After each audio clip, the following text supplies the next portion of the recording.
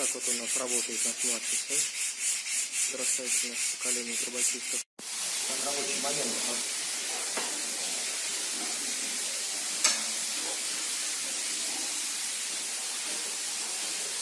Показываю. Значит, перед установкой стекла обязательно проклеить по периметру шнур. Ну, этот шнур предоставил заказчик, давно китайского, а не шнур. Он правда китайский, он правда говяный. Вот, на какое-то время хорошо.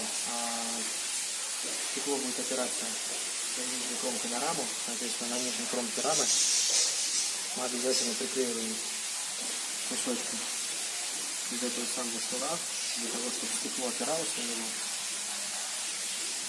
Потому что рама неровная, и кусочки этого шнура, они компенсируют эти неровности.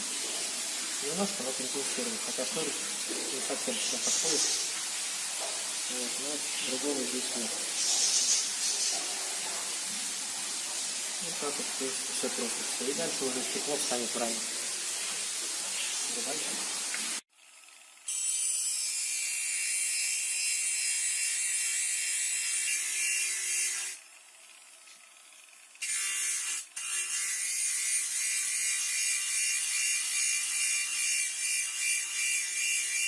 Так, мы закончили ремонт камина, ремонт самой топки.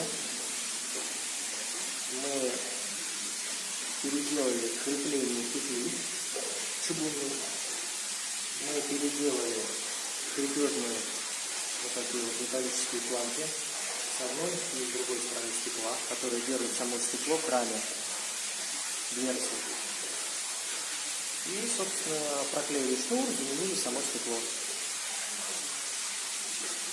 Вот такую вот работу мы сегодня выполняем.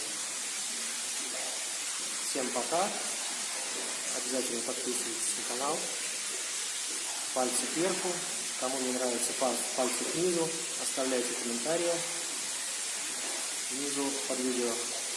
И до новых встреч.